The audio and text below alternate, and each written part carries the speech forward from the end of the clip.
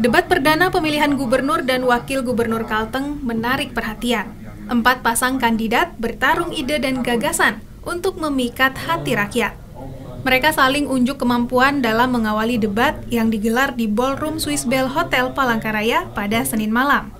Debat mengangkat tema meningkatkan kesejahteraan masyarakat Kalimantan Tengah melalui ekonomi berkeadilan dan berkelanjutan.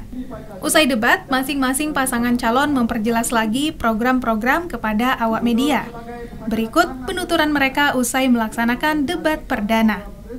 Apa yang disampaikan dalam materi pertanyaan-pertanyaan itu juga artinya cukup menarik bagi kami selaku paslon, karena itu memang bagian dari visi dan misi kami, sehingga dalam rangka menjawabnya sekaligus kami menguraikan adalah visi misi dan program kami yang akan datang. Ya, tanggapan saya untuk debat kali ini, saya pikir hari ini bukan debat, ini diskusi aja ya.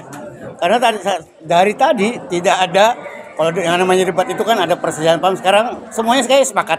Jadi saya anggap Pilkada 2024 ini akan berjalan damai dan insya Allah akan terpilih Willy Habib, pemimpin yang memang menjadi solusi permasalahan Kalimantan Tengah, hanya pasangan nomor 1 yaitu Willy Habib. Membawa perubahan. Ya. Ya, pasangan yang membawa perubahan adalah Willy Habib.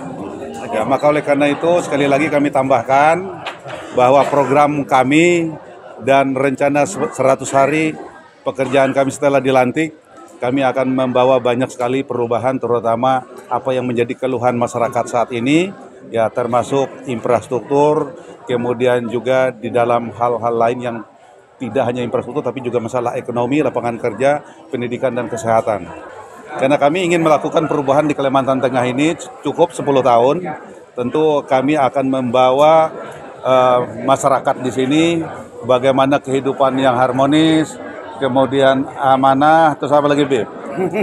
Religius, maju, optimis, nasionalis, indah dan sejahtera. Dan satu lagi, perbedaannya dengan yang lain, kami adalah Bhinneka Tunggal Ika. Kami menghargai perbedaan, kami menghargai keragaman, dan juga insya Allah dalam perbedaan ini ditemukan persatuan dan kesatuan. Makanya untung kami dapat nomor 1 karena memang kami adalah lambang persatuan di Kalimantan Tengah. Merah putih dan tetap menjunjung tinggi Huma Betang. Bhinneka Tunggal Ika. Ya. Tadi panelis ada bilang untuk mensejahterakan masyarakat Kalteng. Nah, nanti kalau Bapak terpilih seperti apa itu, Pak? Ya, banyak mata rantainya untuk mensejahterakan masyarakat Kalteng ini kan. Seperti apa yang kami sampaikan tadi, masalah infrastruktur juga bisa terhambat untuk kesejahteraannya. Kalau infrastrukturnya tidak baik-baik saja, masyarakat pun tidak akan bisa sejahtera. Begitu juga lapangan kerja. Ya, lapangan kerja kita buka dengan seluas-luasnya nanti untuk bagaimana masyarakat Kalteng itu bisa sejahtera dalam kepemimpinan kami nanti. Yang pasti tema debat malam hari ini kan tentang mengangkat perekonomian. Ini sangat menarik karena bagaimanapun kita tahu tingkat kemiskinan kan memang sebenarnya agak menaik. Itu bukan karena apa? Karena lapangan pekerjaan yang ceritanya kita kalau jadi pemimpin hanya jargon-jargon saja, kenyataannya masyarakat banyak yang tidak bekerja. Lapangan pekerjaan mana yang ada? Coba kita lihat ke desa-desa. Ekonomi desa, pedesaan bagaimana? Banyak yang pengangguran, terjadinya pencurian dan lain sebagainya. Saya rasa itu bukan salah masyarakat, tapi saya tidak membenarkan. Secara pidana kan kita jangan sampai melanggar hukum. Tetapi yang saya datang ke sana, ini urusan perut, Pak. Benar. Terus apa yang kalian harapkan? Kami mengharapkan seorang pemimpin yang bisa turun ke lapangan. Kami mencintai kalau ada salah satu pemimpin yang mau berhadapan dan berinteraksi langsung dengan kami di pedesaan sini. Memang benar. Maka kami berdua hadir. Insya Allah bansos pun akan kita samaratakan, bukan hanya di perkotaan tapi sampai ke desa. Mungkin PKH dan lain sebagainya juga akan kita tingkatkan sehingga yang benar-benar membutuhkan itu yang akan mendapatkannya. Artinya di desa, maaf ya, 6 kabupaten yang saya masukin, hampir desa-desa tertinggal tidak ada pernah tersentuh bansos. Ini fakta, data. Silakan kalian cari sendiri. Semua bansos itu hanya ada di perkotaan. Sampai mereka beranggapan, apa karena pilkada, Pak? lalu bansosnya banyak di kota, apa menang-menang kami ini nggak ada suara? Atau kalah banyak dengan yang ada di perkotaan?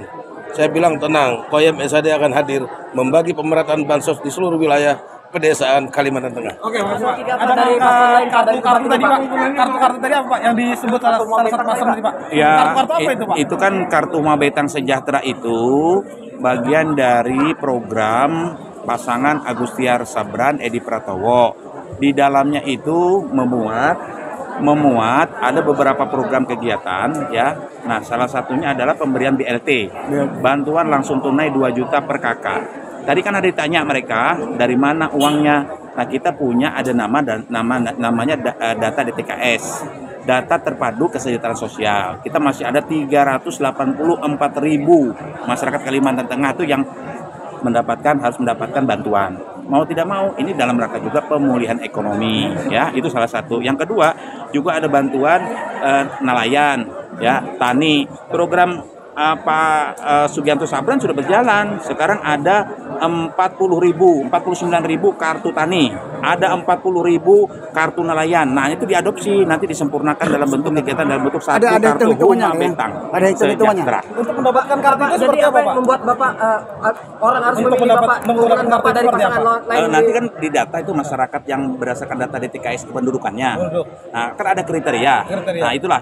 Jadi jangan sampai nanti kartu ini terus dibagikan terjadi. Nanti ini akan kita sempurnakan dan kita implementasikan ke dalam program Agustiar Edi 5 tahun ke depan. Pak, yang kaya berarti nggak boleh dapat kartu itu ya? Ya, tentu ada kriterianya. Orang yang berat menerima tentunya ya, orang yang berat menerima tentunya. Bagus ya. Kenapa masyarakat harus memilih pasangan 03 dibanding apa yang diunggulkan, Pak? Apa keunggulan Bapak dari paslon lain, Pak? Iya, kita harus optimis dong, ya kan? Masa nggak optimis kan? Nah, keunggulan kita pertama, salah satunya calonnya sudah berjalan, melanjutkan Kalteng Berkah. Ya, memang banyak yang disampaikan ya. Ya, mana tujuan utamanya memang bagaimana agar Kalimantan Tengah ini ke depan lebih baik ya. Kalau ada permasalahan, ada kekurangan harus secepatnya diperbaiki. Jadi jangan sampai ya terjadi hal-hal yang tidak diinginkan baru ditangani. Jadi harus antisipasi yang tinggi. Karena baik menyangkut infrastruktur, jalan, jembatan, sektor kesehatan dan pendidikan, pembukaan lapangan pekerjaan dan pengembangan objek pariwisata ya, yang itu terus dikembangkan untuk ke depan masa di Kalimantan Tengah. Terima kasih. Jadi alhamdulillah pada proses debat yang pertama ini berjalan dengan lancar. Cuma memang ada hal-hal yang perlu digarisbawahi, bahwa saya melihat dari paslon yang lain tidak pernah memberikan data-data yang valid, sehingga ketika kita menjawab apa datanya kan nggak pernah. Alhamdulillah nomor 4 selalu mengatakan menurut data ini, sehingga ketika kita melontarkan satu pendapat itu kita harus ada datanya. Jadi bukan persepsi, bukan pemikiran sendiri, tetapi harus ada bukti. Oh, kenapa? Contoh romannya, kenapa dilakukan usaha-usaha pasar murah terus-menerus tapi kemiskinan masih turun? Datanya ada, kan gitu kasarnya gitu. Nah, ini ke depan insya Allah akan lebih kualitas lagi, dan tentu kita berharap masyarakat Kalimantan Tengah bisa menilai siapa yang piawai di dalam debat ini. Terima kasih. Assalamualaikum warahmatullahi Apa, Pak, yang kemudian menjadi alasan supaya masyarakat lebih memilih Bapak dikaitkan dengan debat hari ini, Pak? Apa yang menjadi poin keunggulan Bapak pasangan Asri dan pasangan lain? Yang jelas pasangan kita adalah pasangan yang selalu melakukan satu kebijakan berdasarkan data yang ada. Itu keunggulannya.